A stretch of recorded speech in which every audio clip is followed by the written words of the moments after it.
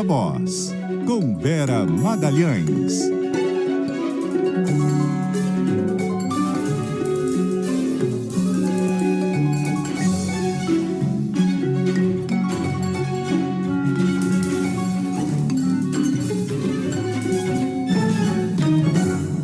Boa tarde, Vera.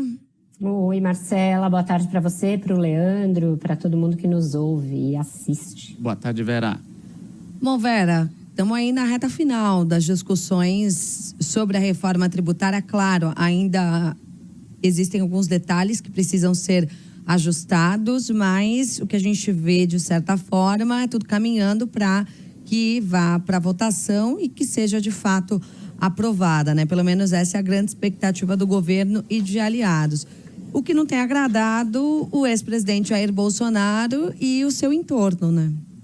Não tem agradado, Marcela, e o Bolsonaro, talvez no afã de mostrar que ainda é um líder político relevante, mesmo tendo sido tornado inelegível pelo Tribunal Superior Eleitoral, está incorrendo talvez no que seja um grave erro, de mostrar justamente o contrário, uma rápida perda de importância política e de ascendência sobre uma parcela da direita.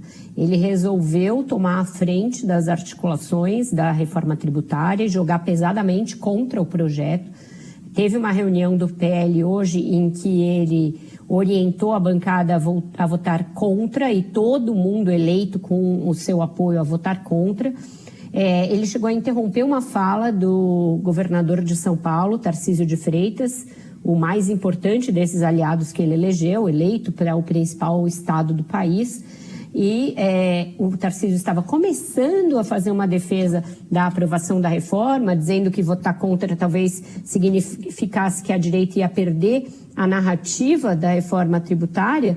E aí o Bolsonaro se levantou, pegou o microfone, interrompeu o Tarcísio e disse que, ali pediu desculpas, mas disse que o Tarcísio não tinha experiência política. Houve um grande constrangimento, o governador ficou visivelmente constrangido porque ele vinha tentando fazer uma costura em que ele não se opusesse de frente com o Bolsonaro, mas passasse a defender a reforma porque ele concordou com algumas alterações que foram feitas no texto, mas essa postura dele irritou demais os bolsonaristas, que na véspera já tinham soltado uma nota do Bolsonaro orientando a votar contra e já tinham deixado vazar que nem o Bolsonaro, nem os filhos e nem os bolsonaristas mais radicais gostaram do fato de o governador ter feito elogios ao texto e se mostrado todo cordial ao lado do ministro Fernando Haddad, naquelas imagens que a gente viu ontem. Então, azedou o angu ali na direita, o Bolsonaro tentando puxar para ele a liderança desse bloco,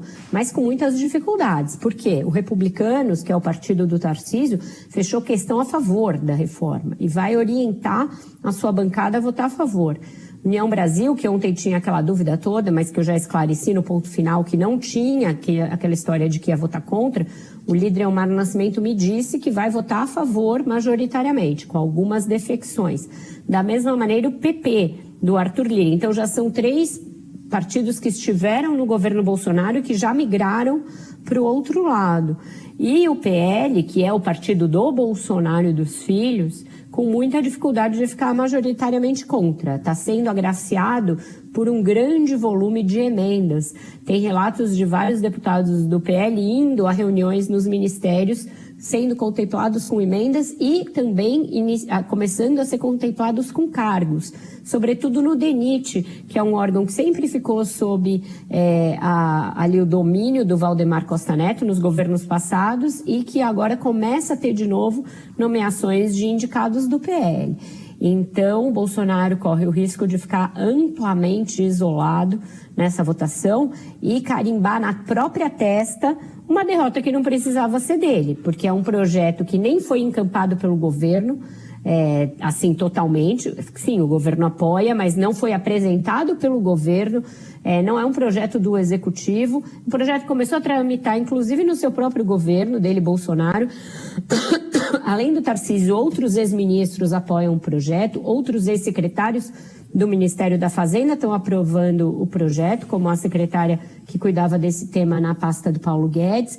Então, ele está cavando uma derrota para ele mesmo, uma semana depois de cair inelegível, que ele não precisava fazer. E só está fazendo isso pela ansiedade que caracteriza o Bolsonaro, o jeito meio atabalhoado em que ele age muitas vezes, para não mostrar que foi bypassado como liderança da direita. E ele vai acabar fazendo justamente isso, mostrar que está sendo rapidamente ultrapassado por outros, inclusive pelo seu pupilo Tarcísio de Freitas.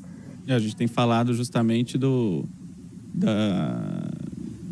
legado, né? Não é essa a palavra, mas de Tarcísio de Freitas, a partir da inelegibilidade de Jair Bolsonaro e tal, e agora o espólio, e aí ele sai por cima. O espólio era do Bolsonaro, mas está sendo rapidamente repartido. É ilusório achar que tem dono de voto, ainda mais num país como o Brasil, em que essas coisas são tão transitórias. Uma coisa é o Bolsonaro, ainda no mandato, ainda como presidente da República, escolher marcar uma cruz escarlate na testa de alguém que rompeu com ele. Ele tem os meios para fazer isso, ele tem a caneta. Outra coisa é ele, já ex-presidente, depois do 8 de janeiro, já inelegível, querer achar que vai continuar determinando quem pode fazer isso ou aquilo.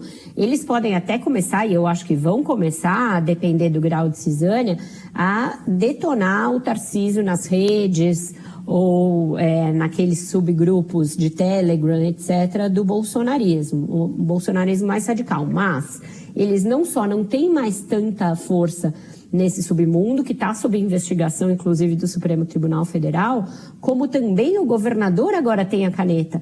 E a caneta do segundo maior orçamento do país, atrás só apenas da União.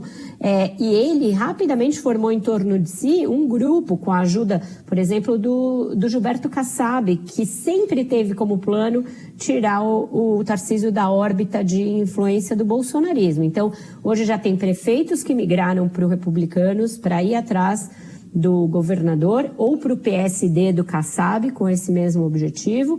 Outros foram para o PL, é verdade, mas hoje em São Paulo, se for feita uma pesquisa, muito provavelmente, eu ouvi isso de fontes do Palácio do Planalto, portanto, de fontes do PT, o Tarcísio já é uma liderança mais influente no estado de São Paulo que o Jair Bolsonaro. Então, ele está comprando uma briga cedo demais, na qual isso pode ficar muito evidente. E não vai ser bom para ele. Vamos acompanhar, né, Vera? Não tem jeito. A gente tem que esperar para ver no que isso vai dar. Um beijo para você, até amanhã.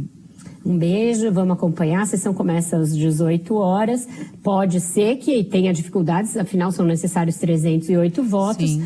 Mas acho que o Bolsonaro está errando nessa estratégia. Vamos ver o que vai dar. Tchau, até amanhã, Vera. Até amanhã, Leandro.